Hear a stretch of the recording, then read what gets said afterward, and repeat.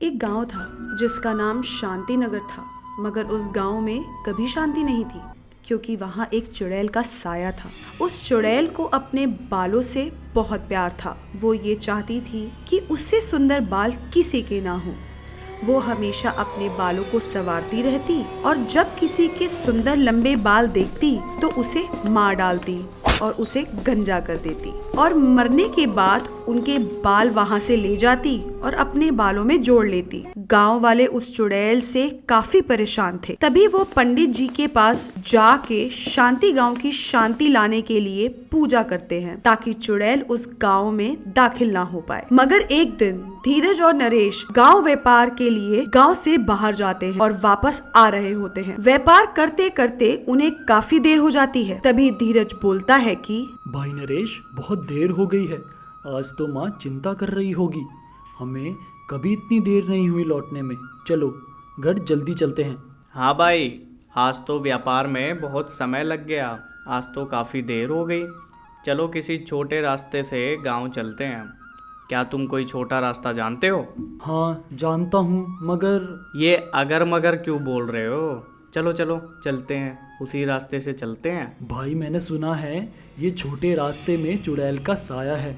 बहुत समय पहले वो चुड़ैल हमारे गांव की औरतों को मार डालती थी और उन्हें गंजा करके उनके बाल अपने बालों में जोड़ लेती थी। बड़ी मुश्किल से उस चुड़ैल को गांव से दूर भेजा है। तब से वो इस फिराक में है कि कोई यहाँ पर मुसाफिर आए और दोबारा वो गांव के अंदर दाखिल हो पाए। तब से कोई भी व्यक्ति उस रास्ते से नहीं आता जाता है। भाई ये चुड़ैल, बाल, मौत, तुम ये सब सच मानते हो? ये सब बड़े लोगों की बनी बनाई बातें हैं। मैं तो विश्वास नहीं करता है।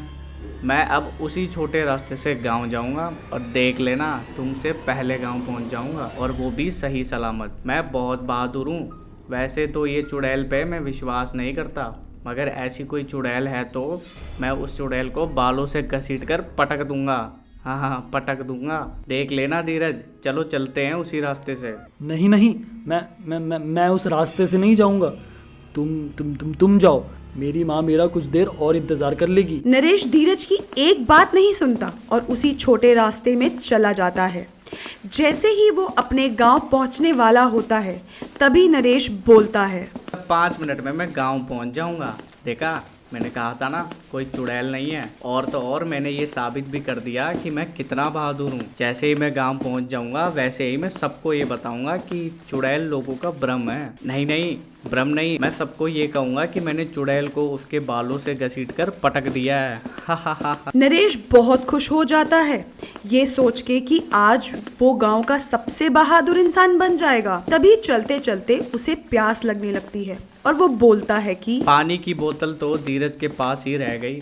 मुझे बहुत प्यास लग रही है। आगे देखता हूँ, कुछ मिलता है तो कुछ देर विश्राम भी कर लूंगा और पानी भी पी लूंगा। थोड़ा दूर चलते नरेश को एक टूटी हुई झोपड़ी दिखाई देती है।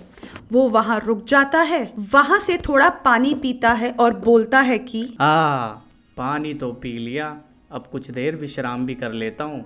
वैसे भी अब गांव जाके अपनी बहादुरी के किस्से भी तो सुनाने हैं लोगों को। तभी नरेश को एक आवाज आती है। वो कोई और नहीं बल्कि बालों वाली चुड़ैल होती है और चुड़ैल उसे बोलती है कि हाँ, तुमने ये साबित कर दिया कि तुम बहुत ही बहादुर हो। कितने सालों में यहाँ तुम्हारे जैसे का इंतजार कर रही थी और देखो, आज मेरा इंतजार खत्म हुआ। आज तुम्हारी मदद से मैं गांव में वापस दाखिल हो पाऊंगी। गांव वालों ने मुझे दूर करने के लिए पूजा की थी ताकि मैं गांव में ना घुस पाऊं, लेकिन नरेश तो गांव का ही व्यक्ति है। इसको गांव में घुसने से कौन ही रोकेगा? हा हा हा। आज इसके शरीर में घुसकर मैं गांव में जाऊंगी, उसके बाद बड़ा मजा आएगा।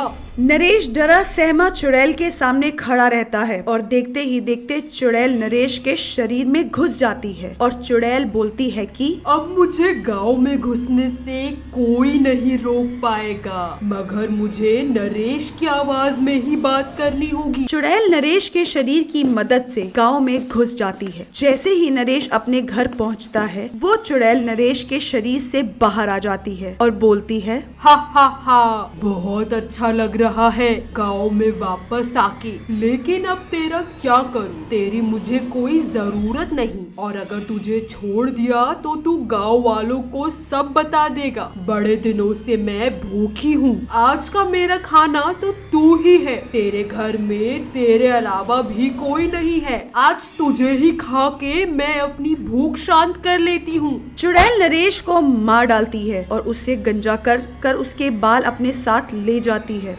और अपने बालों में जोड़ लेती है। अगले दिन धीरज नरेश के घर जाता है और दरवाजा खटखटाता है और बोलता है, अरे भाई नरेश, कहाँ हो? अरे भाई दरवाजा खोलो, इतना सूरज चढ़ गया है और अभी तक तुम सो रहे हो। चलो भाई दरवाजा खोलो। धीरज के कई बार दरवाजा खटखटाने के बावजूद दरवाजा नहीं खुलता। धीरज को वहाँ बहुत देर तक खड़ा देख गांव के मुखिया और मुखिया के साथी रुक जाते हैं और पूछते हैं, क्या बात है धीरज, तुम इतनी देर से दरवाजा पीट रहे हो? नरेश कहाँ है? तभी धीरज मुखिया को सारी बात बताता है। सब बातें सुनने के बाद मुखिया जी बोलते हैं कि सुनो भाइयों, ये दरवाजा तोड़ दो। चुड़ैल बहुत चालाक है, कहीं वो नरेश के शरीर में घुसकर गाँव तो नहीं आ गई। अब इसका जवाब तो नरेश ही दे सकता है। तोड़ दो ये दरवाजा। जैसे ही दरवाजा टूटा, सब लोग नरेश को वहाँ मुर्दा और गंजा देखते हैं। सब समझ जाते हैं कि ये किसी और का नहीं बल्कि बालों वाली चुड़ैल का ही काम है। तभी मुखिया बोलता है कि मैं जानता हूँ ये काम उस बालों वाली चुड़ैल का है, मगर ये बात हम गाँव में नहीं बता सकते, इससे गाँव में भगदड़ मच जाएगी। चलो चलो जल्दी से नरेश का अंतिम संस्कार कर देते हैं और ये पता लगाते हैं कि अब ये बालों वाली चुड़ैल किसके शरीर में घुसी बैठी है। मुखिया और कुछ गांव वासी मिलकर नरेश का अंतिम संस्कार करते हैं और बालों वाली चुड़ैल की खोज करने लगते हैं, मगर वो चुड़ैल नहीं मिलती। रात होने लगती है और सब अपने अपने घर चले जाते हैं और दरवाजे को अच्छे से बंद करके सो जाते हैं। आधी रात को चुड़ैल फिर निकलती है और बोलती है कि आज तो मैं बच गई। कैसे पागलों की तरह लोग मुझे ढूंढ रहे हैं, ऐसे ही ढूंढते रहे तो बहुत जल्दी मुझे पकड़ लेंगे। मैंने तो सुबह से अपने सुनहरे बालों की तरफ ध्यान भी नहीं दिया। मेरे बाल, मेरे सुंदर लंबे घने बाल। तभी चुड़ैल को लक्ष्मी दिखती है और वो उसके शरीर में घुस जाती है और अपने खाने की खोज में निकल जाती है। थोड़े आगे जाते ही उसे एक बुढ़िया दिखाई देती है और चुड़ैल बोलती है कि मिली भी तो कौन, एक बेकार सी बुढ़िया। छी, पर लगता है अब इसे ही खाकर काम चलाना पड़ेगा। चुड़ैल जो लक्ष्मी के शरीर में होती है वो उसे बुढ़िया के पास जाती है और बोलती है, क्या हुआ माँ जी, इतनी रात में अकेले घूम रही हो? पता नहीं क्या तुम्हें गांव में फिर से बालों वाली चुड़ैल आ गई है। इतनी सालों की भूखी चुड़ैल कुछ भी कर सकती है, किसी को भी मार कर खा सकती है। तुम्हें इस वक्त नहीं बाहर निकलना चाहिए, डर नहीं लगता क्या आपको? अरे लक्ष्मी, मैं तेरे घर ही आ रही थी। अच्छा हुआ जो तू मुझे यहीं मिल गई। तो मुझ बुढ़िया को खा के उस चुड़ैल को मिलेगा ही क्या?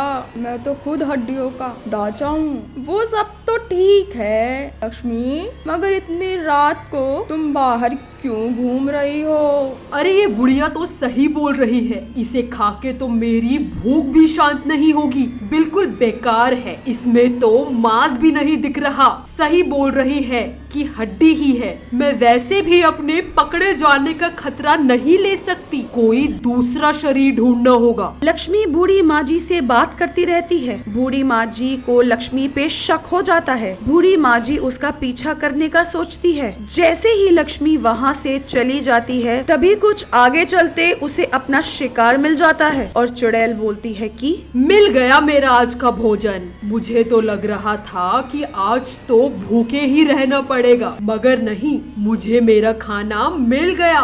चलो इसे अपने बालों में फंसा कर मार देती हूँ। चुड़ैल अपने असली रूप में आ जाती है और अपने शिकार के पास जाकर खड़ी हो जाती है। तभी चुड़ैल बोलती है कि घर जाना है, आराम करना है। हाँ हाँ, अब तुम लंबा आराम करना और अब अपने भगवान के घर जाना। तुम्हें खा के मैं अपनी आज की भूख खत्म करूंगी। चुड़ैल संतोष का सारा खून पी लेती है और उसे भी गंजा कर देती है और बोलती है कि सुरक्षित काले लंबे मेरे बाल, गांव में वापस आके मैंने किया धमाल। मेरे सुनहरे बाल, मेरे लंबे घने बाल, चलो अब आराम करती हूँ, कल भी तो शिकार ढूंढना है। चुड़ैल वापस लक्ष्मी के शरीर में घुस जाती है और घर चली जाती है। अगली सुबह गांव वाले संतोष की लाश देखते हैं और उसे गंजा देख समझ जाते हैं कि ये वही बालों वाली चुड़ैल है जिसने गांव में मौत का नाच मचा रखा है। तभी बूढ़ी माँ जी आ जाती है और मुखिया से बोलती है कि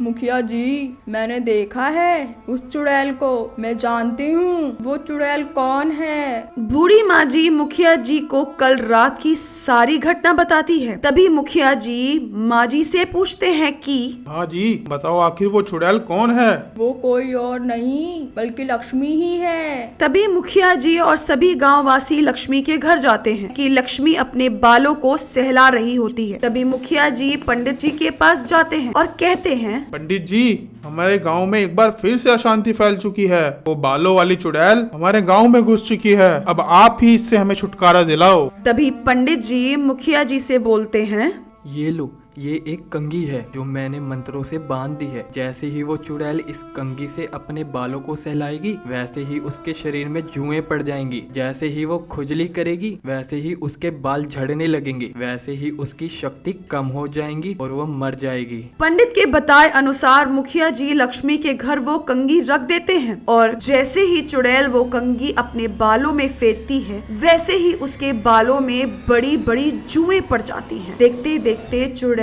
बहुत जोर जोर से खुजली करती है, वैसे वैसे उसके बाल झड़ने लगते हैं और वो कमजोर होने लगती है। देखते ही देखते चुड़ैल गंजी हो जाती है। पंडित जी अपने मंत्र और गंगा जल की ताकत से चुड़ैल को भस्म कर देते हैं और शांति गांव में फिर से और इस बार हमेशा हमेशा के लिए शांति हो जाती है।